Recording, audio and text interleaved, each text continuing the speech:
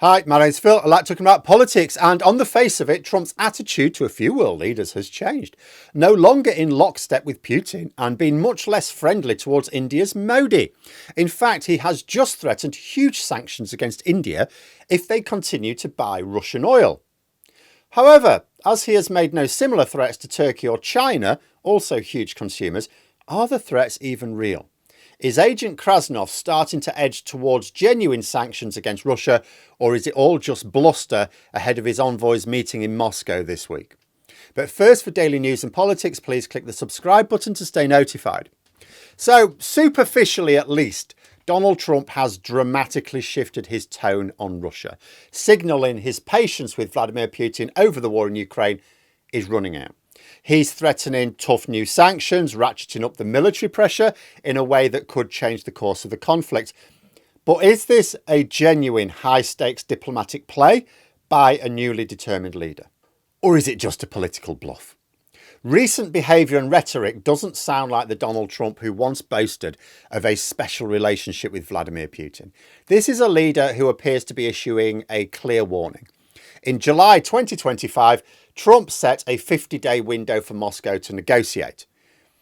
But he's now aggressively shortened that timeline to just a matter of days, citing a lack of seriousness from Russia. A deadline of August the 8th has now been set for a deal to be reached, or Russia could face crippling new tariffs, sanctions on any nation still buying its oil, and ratcheting up of military pressure that has the world watching. Is this a real shift in policy? Or is it just a performance for the world stage? This new hardline stance is a huge pivot from where Trump was a few months ago. You know, when he returned to office, his team's strategy seemed to be one of negotiation, float a plan that was seen as favourable to Moscow, basically giving them everything they wanted.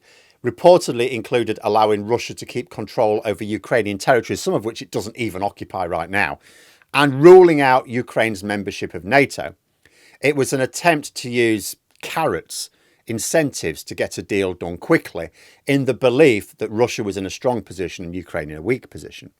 You know, during his campaign, Trump famously promised he could end the war in 24 hours. Now, I don't think we were supposed to take that literally, but the core message was one of a swift settlement. Yet Vladimir Putin didn't seem to take the offer, and Russia continued its military offensive, sticking to its demands. Faced with an unyielding Kremlin, the carrots have been put away and the sticks have come out. Trump's tone has sharpened. He began describing Russia's continued attacks on civilian areas as disgusting, after missile strikes in Kyiv are killing dozens of people at a time.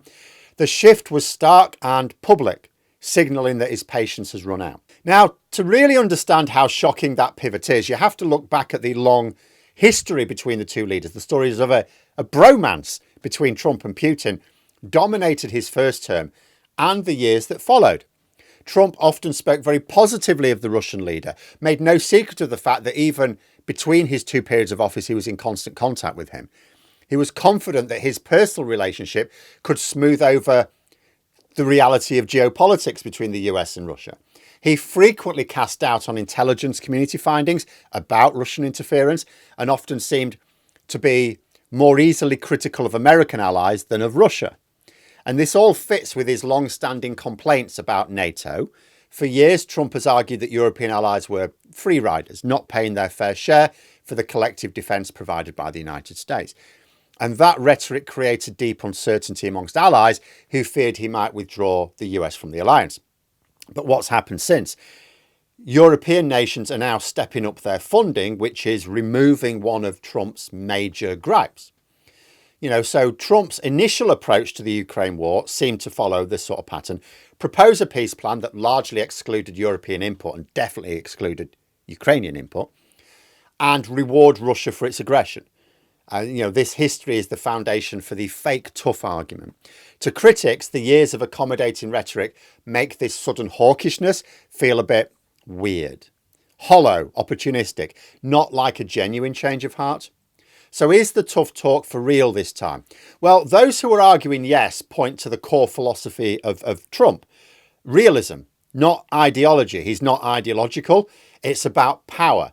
And according to that view, Trump's team made a pragmatic opening bid, believing that Russia was in a strong position, Ukraine was in a weak position.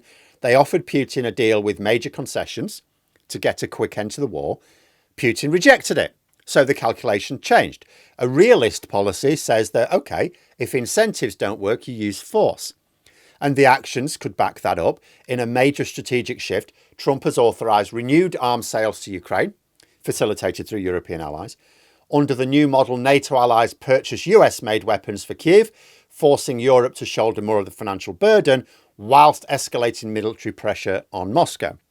More dramatically, after what he called highly provocative nuclear threats from Dmitry Medvedev, Trump ordered 2 US nuclear submarines to be repositioned close to Russia, so he says anyway. He's also sending his envoy, Steve Witkoff, who has, by the way, no experience. He's just a golfing buddy of Trump, to Moscow for what appears to be a final diplomatic push before the deadline, telling reporters the message is simple: get a deal where people stop getting killed. Now, to supporters, this isn't a bluff. It's calculated, if unpredictable. It's an escalation, the stick that was necessary after the carrot failed. But there is another way of looking at it. The school of thought that says, no, this is probably just a bluff, focuses on Trump's leadership style. Having come into office thinking he could personally strike a deal with Putin, the Kremlin's refusal could be seen as a personal insult. Like, Trump was boasting about the fact him and Putin were like that. Unfortunately, what he doesn't seem to have pointed out is Putin's the one on top. Is this new tougher stance just a reaction to being embarrassed on the world stage? Some analysts argue that his actions lack a clear strategy, pointing to the seemingly arbitrary nature of his deadlines, for example. First it's 50 days, then suddenly it's 10 or 12. Feels more improvised than planned. Now he's threatening India. India are going to be facing huge tariffs against them if they don't stop importing Russian oil, which all sounds brilliant. I mean, Kyiv are probably loving that. Brilliant. That's the way to deal with the Russian economy. But if Trump is serious, I mean, that puts Modi in an impossible situation, because economically it's damaging to India either way. But if Modi did agree, it would make him look weak. And Modi's a strongman leader in the same vein as the likes of Trump and Putin. Personal humiliations cannot be shaken off by such people. But China and Turkey also buy a lot of Russian oil. They haven't faced the same threats from Trump. Again, a lack of joined up thinking, which makes people think that there isn't a serious strategy behind this. It's just threats for the media. Moving submarines, issuing ultimata creates dramatic headlines. It makes him look strong. But does it change Russia's situation? Well, it hasn't done, because the Kremlin doesn't think he's serious. Russian officials have publicly dismissed Trump's threats as emotional, played down the submarine deployment, even while urging caution on nuclear rhetoric. Critics are suggesting this is classic Trump. He creates a crisis to distract from other issues and dominate the news. The question remains whether there is any real substance behind the spectacle, if he's taken every possible step to pressure Russia, short of actually doing something. Because he hasn't, remember, done anything yet. He's threatened a lot of sanctions against Russia. He hasn't implemented any. So whether it's a real strategy or a grand bluff, the ripple effects are undeniable. For Ukraine, double-edged sword, Kyiv is encouraged by Trump's tougher talk and the new flow of American-made weapons. A top Ukrainian official is reported as saying that the concept of peace through strength works. But they are also deeply cautious about any peace plan that can be negotiated where they are not included at the table, especially one that forces them to give up territory. For NATO, this is a huge shift. A new mechanism is being developed where allies purchase US arms for Ukraine, fulfilling Trump's long-held goal of making Europe pay more. The Netherlands has already committed 500 million euros to the fund. Transactionally strengthens the alliance by binding Europe's defences more tightly to American industry. For Russia, the moment of truth is approaching. Putin's government has publicly brushed off these threats, with his spokesperson stating they're always glad to see Trump's envoy in Moscow. Yes, I'm sure they are, because he knows nothing. He's just like Trump. He's a property developer who plays golf. Zero experience of diplomacy. But behind the scenes, they do face a critical choice. Do they call the bluff, which they seem to be doing, and risk the fact that those secondary sanctions, which would absolutely cripple trade, are real? Or do they offer a concession to de-escalate, testing if Trump wants a real victory or just a symbolic one? The entire conflict is now teetering on the answer to that one question. Is Donald Trump's threat real? And we're left with two competing realities. In one, you have a realist American president frustrated by a stubborn adversary who has the power to apply sanctions and has rationally shifted from incentives to coercion. But the other reality is a leader known for his showmanship is just creating political drama for the newspapers and for the television to project strength, but with nothing behind it. You know, a strategy marked by public ultimata, nuclear posturing, and a he said dynamic that keeps everyone off balance.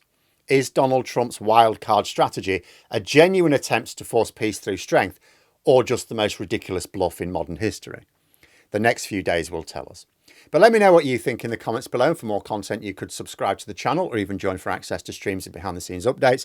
Thanks for watching, and until next time, I'll see you later.